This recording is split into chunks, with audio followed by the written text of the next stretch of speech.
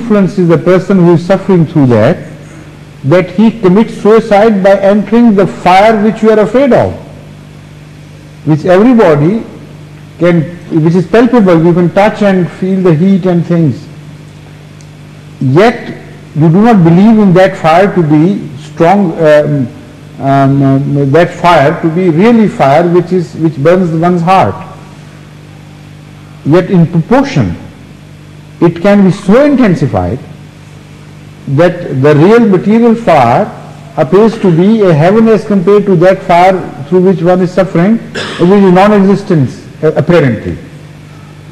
It has no form, no substance, no palpable form where you can reach it and feel it and smell it and see it and things.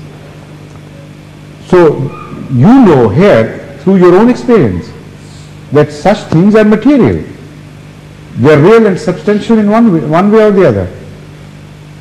So Allah draws your attention to the fact that you have experienced something of that here in this earth, which will be repeated in a very intensified manner, and we are warning you against it. If you don't rectify your ways, if you don't mend your ways, you will carry the seed of that fire along with your soul. It would be a mental burning which has been depicted in the form of a hell, which we understand better in our own terminology. Is that, just let me, is the question fully answered, or would the lady like to ask some more questions on this aspect?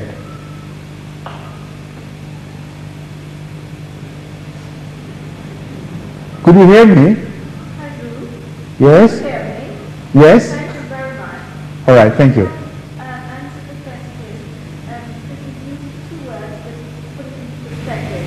The relative nature of the explanation, the word used, and also that it is mental. And I think by putting it in separating the mind one, it makes it very unique anyway. At this point. Yes, thank you very much. Thank you, thank you. Yes. Now the next question, Bashir. Yes, sir. Continuing the same question of the lady, God has taken pains to explain such a lot of things in detail to us, and all His ways are very harmonious, His nature and so on and so forth. Why do you think He's left out this detailed explanation of heaven and hell? Pardon? Why do you think He's left out this detailed explanation of heaven and hell as what form our bodies will take and so on? Number one, He has taken no pains. Number two, He has not left out the details in the sense you are pointing out. The fact is that the Holy Quran is a book which claims to have spoken on everything which relates to the goodness of man and his vital interests. So if that claim is true, the Holy Quran should throw light, should shed light on everything which is in which man is interested. Now that would become such a huge task that if in detail everything is described, then this book would cover millions of pages and would not yet be exhausted, because there would be other demands and requirements of human society being created in the progress, in the path of the progress. So the only way left out is to throw light, shed light on principles, to provide you with keys with which you can open up the locks of your minds whenever those locks are created. But the keys are already there. So the Holy Quran has discussed in each detail in principles, not details in the application of everything, but the principles are discussed. And the principles are discussed in detail in the sense that no principle which is applicable is left out. Not even the minutest principle which is applicable is left out. I spoke on this subject with reference to the particular verses of the Holy Quran, and I explained in detail where Allah Ta'ala has mentioned what? Regarding the life after death.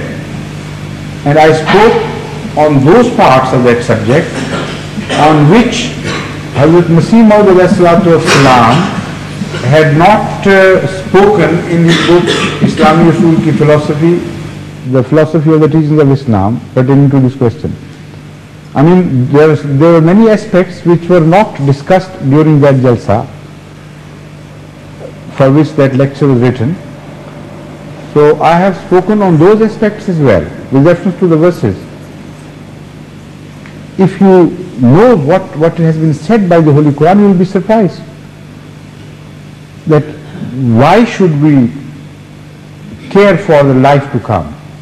What would be the nature of the life to come? How that life would be developed?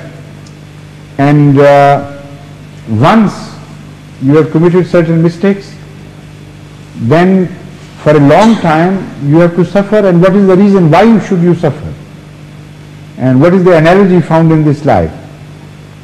And the relationship of the first creation and the next creation. All these vital questions, the evolution of life on earth and the evolution of life to be, and the end product, what is the purpose of this exercise.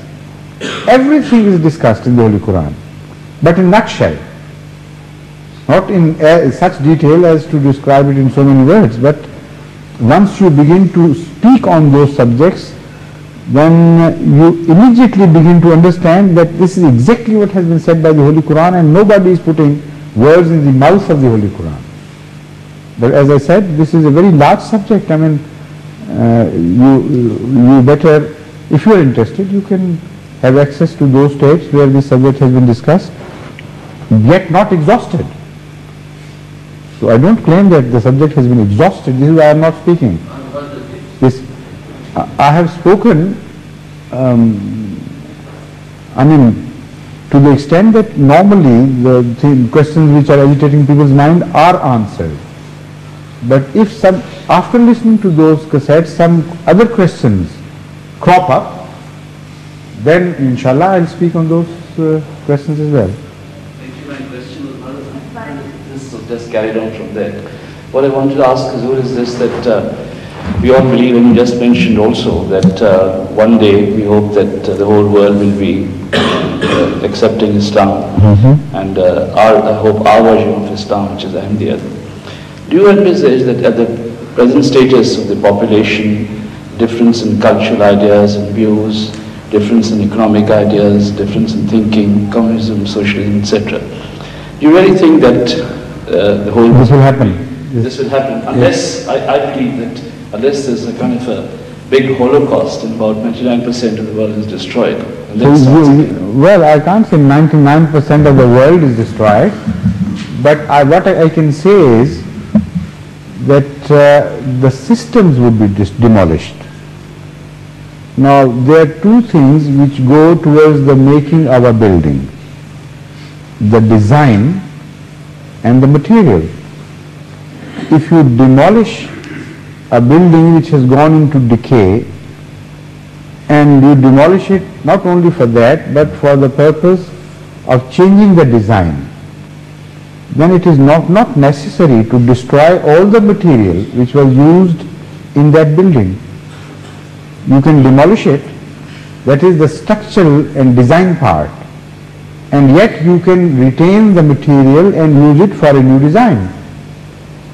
By renovation and by cleaning it, you can put it back in order so that it can be reused. Even stones as old as billions of years are still usable.